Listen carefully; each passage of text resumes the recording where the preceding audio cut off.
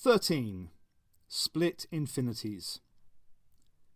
Despite all the carousing, Gilgamesh was up bright and early the next day, having called a council meeting.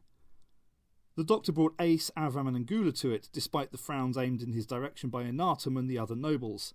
They were not keen on either women or commoners attending the sacred sessions. The doctor didn't particularly care what they liked. Gilgamesh was the only one allowed to be seated.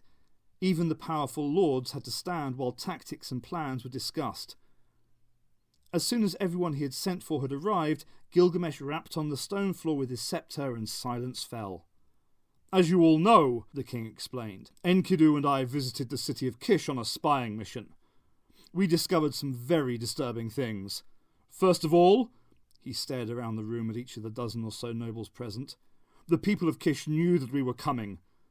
My initial thought was that someone had made my plans known to them." He looked directly at Enatum, who withstood the stare without a flicker of doubt appearing on his face. "Where is Gudea?" Gilgamesh asked, deceptively mildly. "He seems to be missing." Enatum spread his hands. "I have sent messengers to try and locate him, O king. So far, though, I have heard nothing from them or him." Gilgamesh nodded and then continued with his lecture. "But there is another possibility. It seems that the goddess Ishtar has blessed Kish with a personal appearance." The nobleman murmured sceptically until the king stared them down and appealed to the doctor, who nodded unsmilingly. Gilgamesh continued.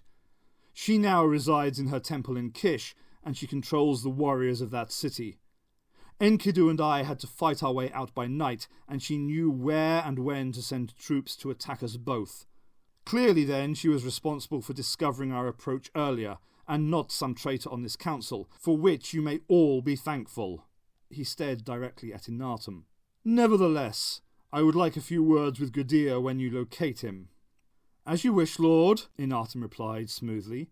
Nothing in either his eyes or his bearing indicated the panic churning in his insides. "Now," the king said, gesturing again towards the doctor, "we ourselves are blessed with divine visitors. It would appear that this season a number of the gods walk among us. This is Ea, god of wisdom, and he has brought Aya, goddess of the dawn." Ace wondered if she was expected to curtsy at this. Instead, she elected to smile sweetly. "They wish to help us in our struggles against Kish."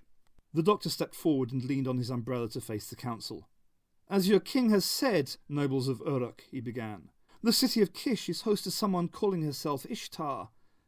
However, she is no goddess but a demon from the pits of hell. She can cloak herself in the likeness of a goddess to deceive men. Lying, she tries to claim the glories due to the gods alone. She infects the minds of those she touches, and she is preparing to lead Kish in a war against Uruk." "If she is a demon, O Ea," Enatum asked, "then why does the real Ishtar not blast her to pieces with divine wrath?"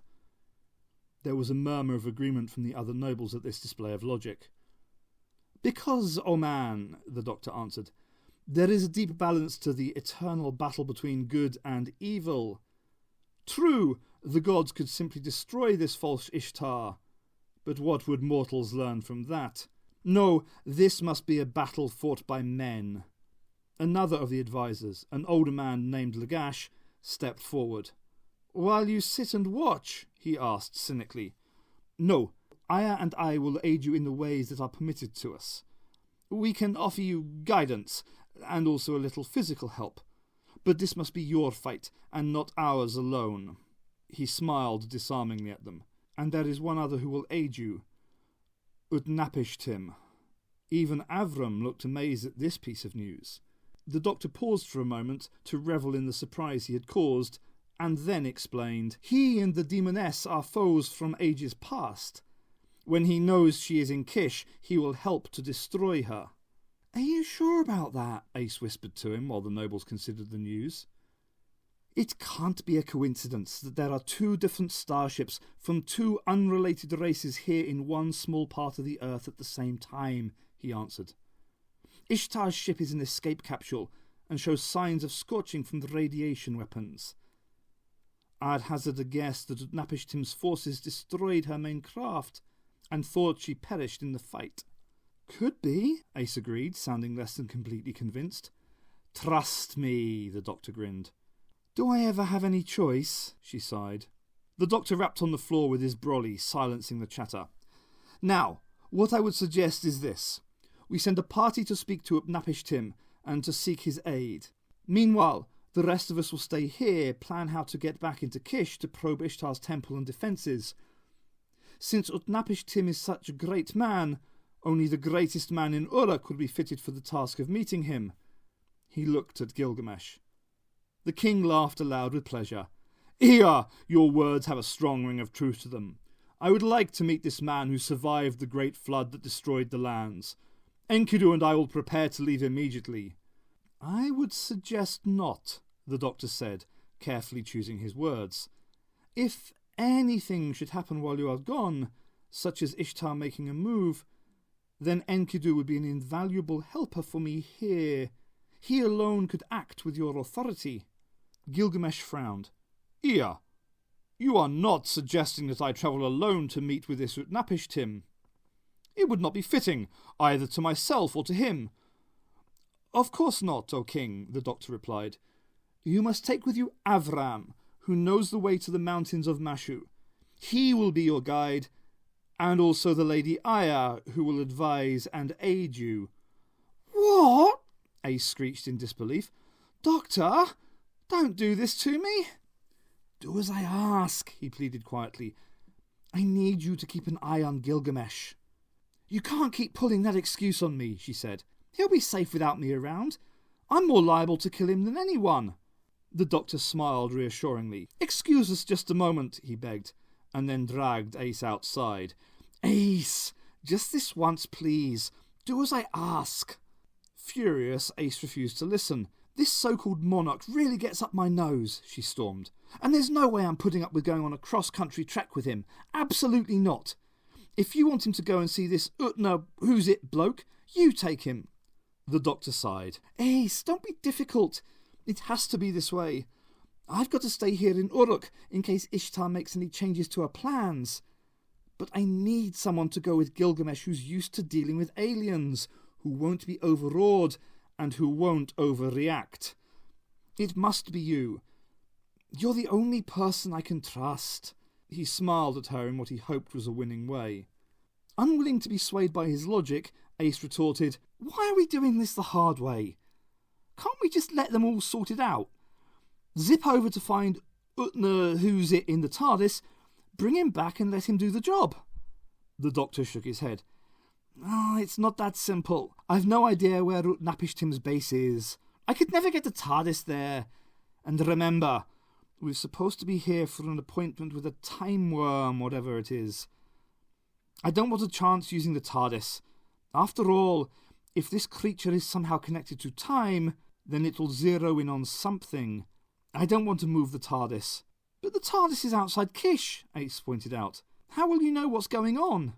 He pulled a small device from his inside pocket. It looked like a pocket calculator. I removed the time path indicator from the TARDIS, he explained, while you lot were asleep. It'll register any activity in the vortex heading for the Earth and the TARDIS. I've not seen that before. The doctor shrugged. I don't have a lot of use for it. It's not often there's another time machine on my trail. Haven't used this since... He broke off, remembering the last time he had called on the device. It had been the time the Daleks were chasing him, seeking to regain the Terranium core he had stolen from them. A long time ago, before his first regeneration. That had been the time that Sarah Kingdom and Katarina had died. He firmly shut his memory on those events. Anyway, if a Timewyrm is heading for the Earth, I'll detect it. Which is another reason I have to stay here and you would be better off with Gilgamesh. I don't like your reasoning, scowled Ace, but I don't think arguing will get me anywhere. But if I've got to go with Randy Rex in there, you tell him to keep his hands well away from me, or he'll be sorry. I'll make it very clear, he promised her, in a voice that did nothing to reassure her. You'd better. The doctor put an arm about her shoulder. I know how you feel about the king, he said sympathetically. He's not someone I'd choose to go on a hiking holiday with either. But at the moment he's our best chance to defeat Ishtar. Believe me, if I could think of any other way to do it, I wouldn't put you through this. Yeah, Ace agreed, knowing he meant it. But that doesn't make it any easier to take, Professor. Gilgamesh stared thoughtfully at Inatum. He had never liked or trusted the man, but so far the advisor had been far too cunning to be caught out, either in deceit or in a lie. It was only a matter of time, Gilgamesh knew. Inatum twisted and squirmed so much behind the cold mask of his face that one day he would betray himself. Gilgamesh could wait. "You say you found Gudea?" Gilgamesh asked. "Then why is he not here?" "Alas," Inatum replied, looking anything but sad. "I am afraid that it is beyond his powers to come to you now, O king.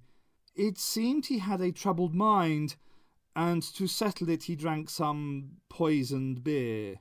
"Indeed?" Gilgamesh raised an eyebrow. "Curious. I wonder whether he knew that he was doing so."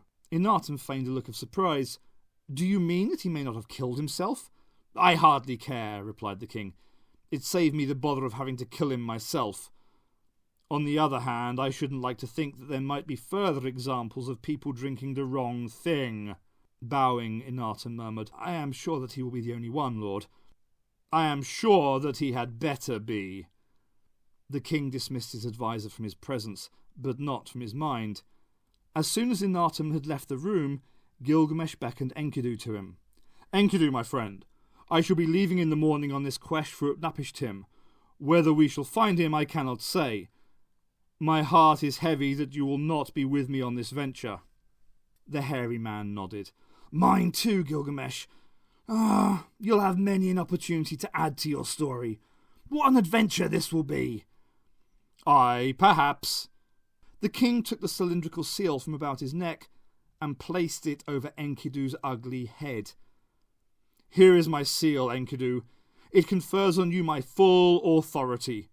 Use it wisely, my friend, and be very wary about Inatum. While I am certain that Gudea plotted to have me killed because of his wife, I suspect the same of Inatum, but cannot prove it. The man is an insect, but one with a sting. Take care about him." Nodding, Enkidu asked, "And what of the doctor and his young companion? Do you believe that they are truly Ea and Aya?" Gilgamesh laughed. "Ah, you hairy monster, you too have your doubts as to their divinity. Well, I'm with you there. As to whether they are gods, who can say? But I feel that we can trust them. There is much mystery in them both, but little guile, I feel. They have their own reasons for what they do, but they work with us, at least for now." "Travel well, my king and my friend." Enkidu reached out and clasped Gilgamesh's arm in a strong grip. "Return as quickly as you are able. I feel that we are living in dangerous times." "True," Gilgamesh agreed.